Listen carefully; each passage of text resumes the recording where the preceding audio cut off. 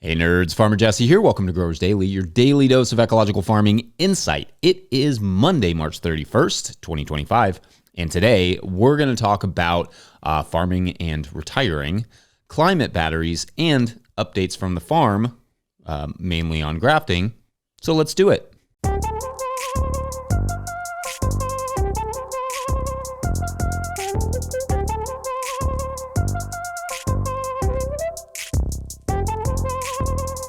All right, so happy Monday, everyone. Not the best weekend for my sports teams, not the worst, but not the best. A decent weekend for weather until the epic thunderstorms that we had last night. Kind of a mixed bag, I guess. Saturday was wildly nice, though. And that morning, I was itching to get outside and just do something, really anything, just to enjoy the weather. So I ended up planting some of the potato slips that I've been working on, that trial. I don't usually work on the weekends. I try to avoid that, but the kids didn't have soccer games this weekend, so I needed an excuse to be outside and doing something, so why not plant potatoes? But yeah, I cut those potato slips off their trays and then pushed them deep into a furrow that I dug. My idea here is to try and combat the small potato size of using the slips by burying them a little deeper and hilling them up a little bit higher as they grow. This is still an ongoing trial, of course, so we'll see, and I will keep you all updated on that. After I got those potatoes in the ground, though, we went to see our Lou City FC play up in Louisville, which is always a blast. So a nice weekend overall, and I hope you all have the same. Otherwise, I thought I would just kind of use this first segment to catch you up on what is happening here on the farm right now. I don't know, as we head into the end of March, beginning of April. Last week, I potted up and grafted the tomatoes, which I talked about. So basically, to sort of recap this process a little bit, since I last talked about it at least, I grafted the tomatoes a couple weeks ago, meaning I spliced the tomatoes I wanted to grow on top of specific rootstocks that would produce happy, healthy, productive tomato plants. That was all detailed in the show already. The goal just being plant vigor and disease resistance and something fun for me to nerd out with in March and inside on a cold day. However, after you graft them, they need some time to heal in a warm, dark place. So I moved them to a closet that houses kind of like our hot water heater and furnace. Then I misted them for several days with water and kept the humidity dome on top. Think like it's like kind of like a miniature greenhouse over top of a tray. After about 5 days, I took them from that space and moved them into our kitchen table near the window in the afternoon where they would get a taste of sunlight, but not too much.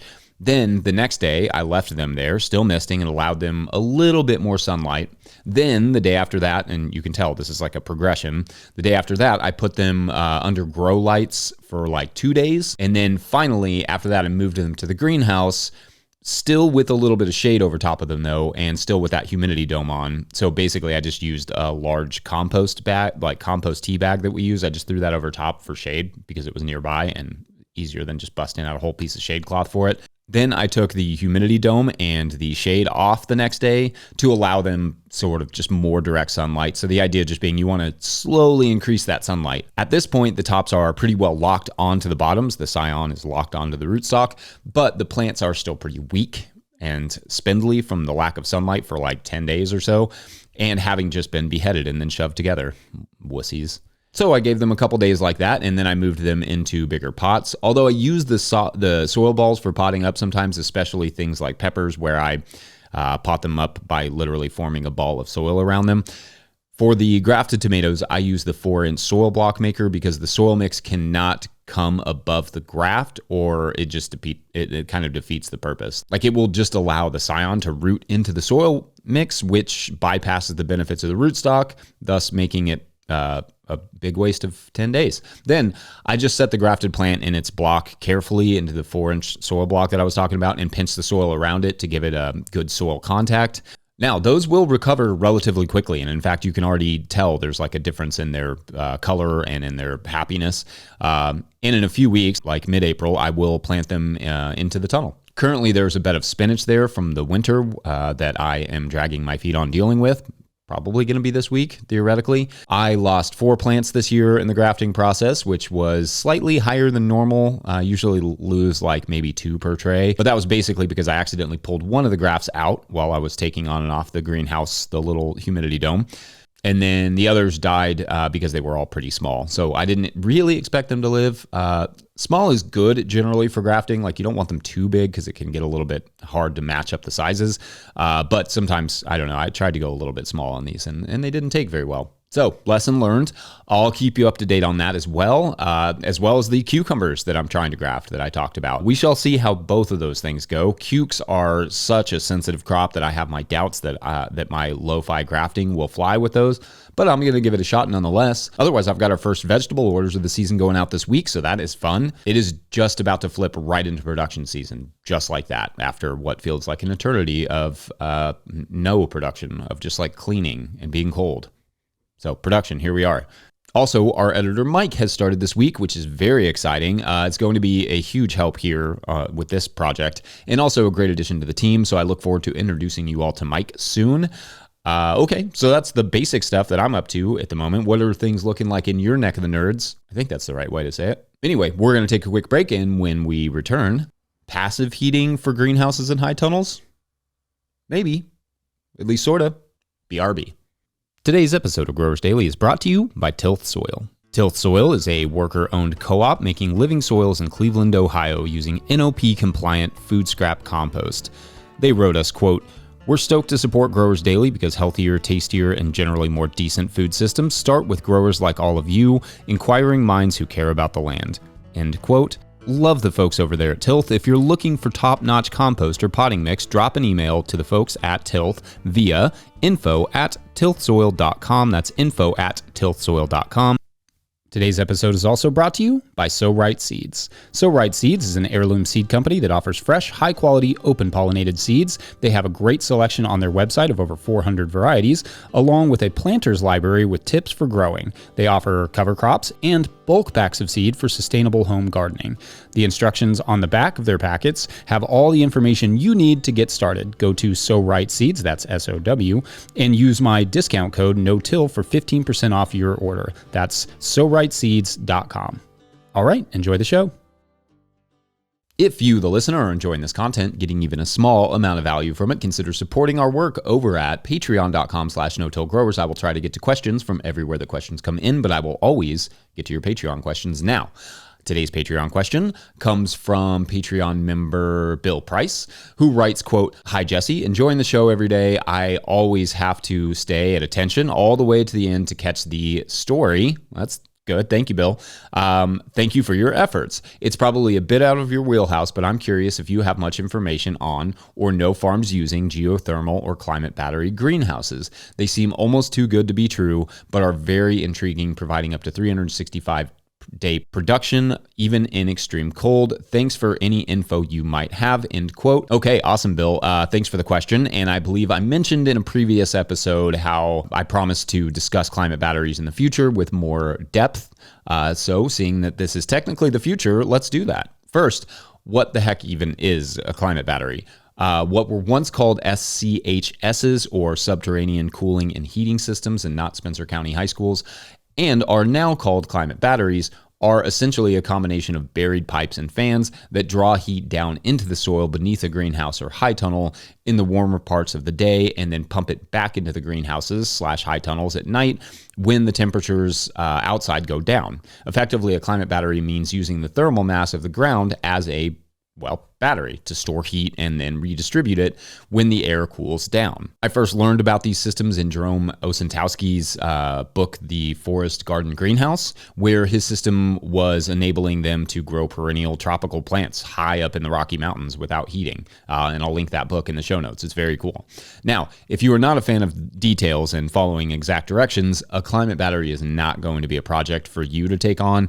These systems have to be well designed and executed, or will just become a massive waste of time, money, and potentially space. They could also, if done wrong, have the opposite effect of what you want, where you actually end up cooling the growing space down instead of keeping it warm. That said, financially, they can, when done correctly in the right circumstances, save significant amounts of money on heating and enable you to have the exact microclimate in your greenhouse that you need. Now, I'm going to defer to the technical details to that book I mentioned, linked in the show notes, and also to the recent videos from Threefold's Farm, Farm, which I will also link their site. They did an entire page on their site about these sort of climate battery systems. It's the most thorough while also being farmer-friendly info on climate batteries that I've come across. They're incredibly detailed and honest about what to expect, but also why they went this route versus other options like thermal mass, i.e. barrels of water or a big giant wall, or propane heating, or even traditional geothermal. For them, cost-wise, both upfront and time, the climate battery was the most appropriate for wanting to produce things like figs and other crops that are difficult to produce in their Pennsylvania climate consistently and at scale. A lot of times what happens when it comes to tunnels is that we often just throw a tunnel up and start growing. But I think options like a climate battery can be incredibly powerful in the right context, so long as you take the time to design it right and are yourself prepared to spend a little bit more money up front. There may be some hybridized sort of options with a climate battery and or thermal mass that could be utilized as well for solutions where a climate battery alone may not be enough or may not make sense, like in, a high water table where the water could fill the pipes and clog things up a little bit, just to use one potential example. Obviously, there are greenhouses that are buried in the ground to better utilize the ground's thermal mass, but those are not without their complications, not the least of which is just having to design and build an entire thing yourself in a way that is both structurally sound and also won't get flooded while also being effective. There are also greenhouses attached to human houses, but those have to be designed with a great amount of rigor as well, or risk losing a lot of heat in the winter while gaining too much heat in the summer. There are also options like rocket mass heaters that use wood stoves, but also require regular maintenance, i.e. loading the wood, along with other ideas in that vein. But ultimately, if you want something less stressful and hands-on and are good with taking the time to design it properly, I see climate batteries as a nifty option, and I'm delighted that people have carried these ideas forward and developed them for other climates and contexts. Composting in the tunnel is also an option, but one you have to be very careful with. I've heard more than a few stories of people losing plants to excessive gas caused by the composting process or caused in the composting process. Moreover, there can be risks to human health with composting in a greenhouse, like walking into a room filled with CO2 and methane, etc. So that is not always the best idea. So anyway, to me, a climate battery is certainly worth exploring, and I don't think so long as they are designed well, they have to be too good to be true. It just depends on how it's built. Again, follow some of the resources in the comments for more details, and then probably follow the resources that those resources give. That's how it works these days. Anyway, I hope that was a little bit helpful. Otherwise, up next, we're going to discuss retirement because farmers are weirdly bad at it, and yet it comes for us all. Be right back. Today's episode of Growers Daily is brought to you by Harnwah Greenhouses. Harnwah Greenhouses has pioneered controlled environment agriculture since 1965, partnering with market gardeners and farmers across North America to deliver turnkey greenhouse solutions. Their unwavering mission is to support growers' success through innovation and expertise in design, manufacturing, and installation. Harnwah Greenhouses are engineered to withstand high wind and snow loads, providing optimal brightness, increased yields, rapid ROI, and long-lasting durability. With over 20,000 projects completed, they are more than a manufacturer. They are a trusted partner. Their structures foster sustainable, energy-efficient ecosystems that drive profitable, resilient agriculture. In 2025, Harnwah is introducing a new low-tech, high-tunnel model starting at just $2 per square foot, offering open field growers an accessible entry into controlled environment agriculture. Learn more at harnwah.com. That's HARNOIS.com. Today's episode is also brought to you by Farmhand. Newsletters, right? A necessary evil for CSA farmers. Join Farmhand and real CSA farmers on April 11th for a free digital workshop where they'll share strategies they use to turn their newsletters into powerful sales tools. Get the secrets and go-to templates for success when you register for the free workshop today at farmhand.partners/newsletter. That's farmhand.partners/newsletter. And I'll put the link in the show notes. All right, back to the show. Okay, so something that comes up from time to time when talking to farmers or just when my back is killing me is eventual retirement. I think that most farmers want to garden and farm for the rest of their lives in some capacity, but we all need to come to a point where we don't have to farm or market garden. until we are in our 70s, or at least not so intensively. It would be nice for us all to have a plan to slow down, take the pressure off, and just enjoy being a farmer, enjoy the land, enjoy some hobbies, enjoy the grandkids, travel, fish, coach soccer, cook, tinker, or whatever it is that you do enjoy or will enjoy. But retirement, even if it's casual and you still want to work, requires planning and more specifically savings. I think it's easy to underappreciate the amount of money it actually takes to retire too, even if you don't plan on leaving your farmland. And in fact, one of the reasons I think this is such an important topic for farmers is that for a lot of farmers, selling the farm is the retirement plan, which puts people in a bind if their kids want to take over, or when they've put thousands and thousands of dollars into a property that they've just end up getting developed or torn apart by a developer. Although I won't judge anyone for taking that approach, I'm sure most of us would prefer that farms stay farms and that we don't find ourselves in a position to have to sell the farm to retire stress-freely. Yeah, that works. And to be clear, as you all can probably guess, I'm neither retired nor an expert on financial planning or retirement. And when you get serious about this, you will need to hire a certified financial planner. But I've learned some things over the last 5 or so years where I've realized how behind I was in thinking about all this stuff. So I don't have it all figured out by any means. But hopefully this will be helpful to some of you and trigger you to at least start thinking about this whole retirement phase of your life. Also, perhaps others of you will add your own thoughts and or planning tips in the comments for Friday feedback. I know we have several watchers/listeners who themselves are already retired and can add their own insight. What did you do right? What did you do wrong? What did you learn along the way? That sort of stuff. One of the things that makes farmer retirement complicated is that we can't just sign up for our company's 401k plan. We are the company. So although I have heard of farm businesses that do offer 401ks to their employees, which is awesome, most of us are small business owners who will have to do that savings on our own or start our own solo 401k program. Alternatively or cooperatively, togetherly, because having a diverse plan is an insurance. Retirement savings might be like IRAs, which you can ask your bank about these, and or small stock investments. It might be some, small real estate investment, and or it might be, and probably should be hiring a financial advisor to help you make those decisions. But it all starts with figuring out how much you're going to want to have saved. For me, this begins with 1, picking the day, the time, the age you want to retire, and 2, envisioning what life will look like when you retire. What kind of things will you want to do? What kind of expenses will you have?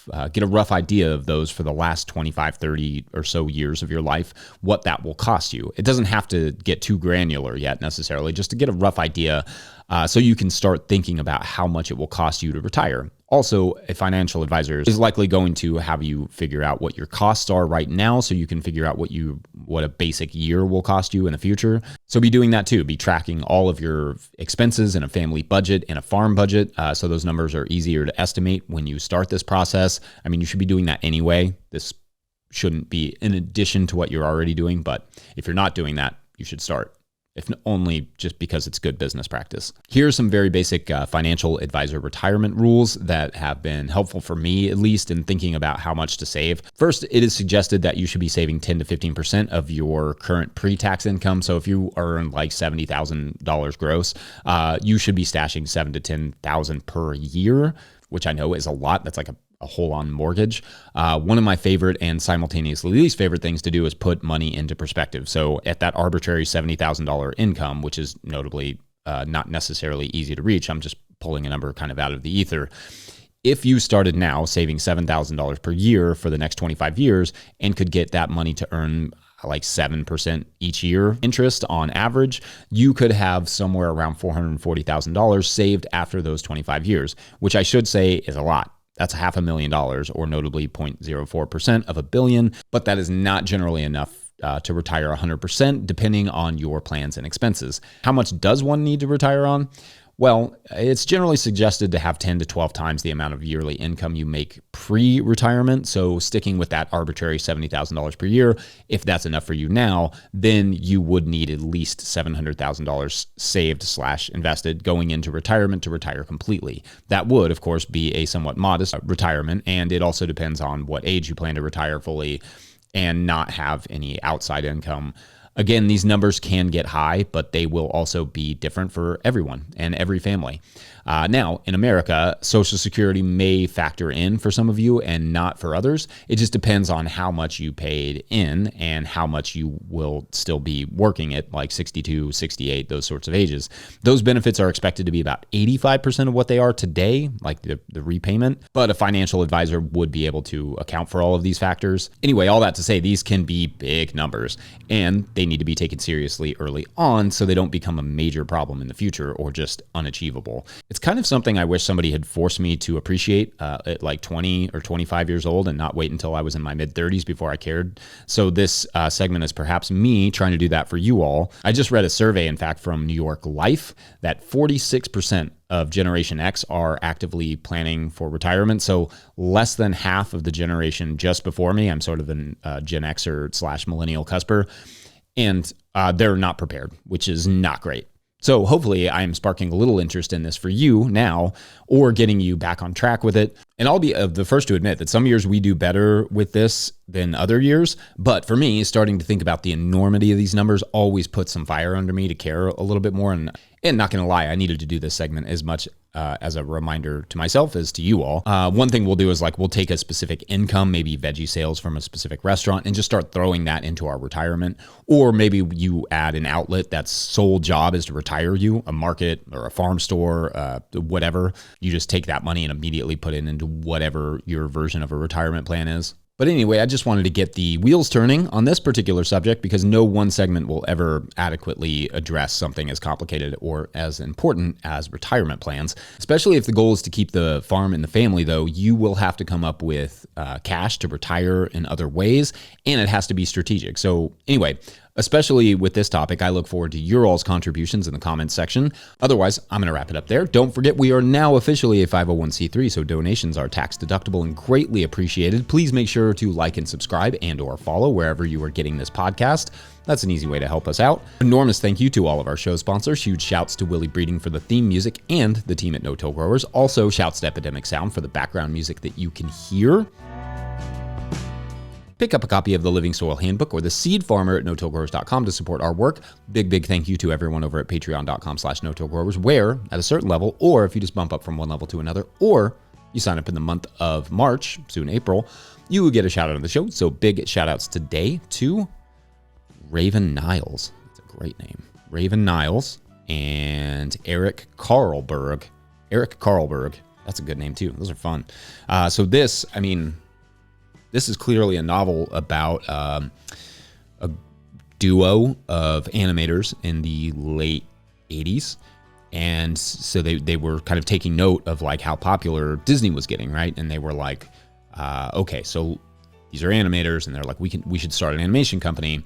And so they set out to start this animation company, and they'd noticed that Disney was doing a lot with talking animals, lots of talking animals. It was a talking fish and it was a talking dogs, all these things. Talking animals was kind of their thing. So they thought, what could we make talk that would really set it off, would really, break into the market? And what they kind of landed on was talking toys, which was brilliant until 1995 when Pixar released Toy Story and kind of crushed their dreams. Just the year before they could release their movie, Toy Talk. Yeah, thanks for watching and or listening. We will see you tomorrow. That sounds good. All right, bye.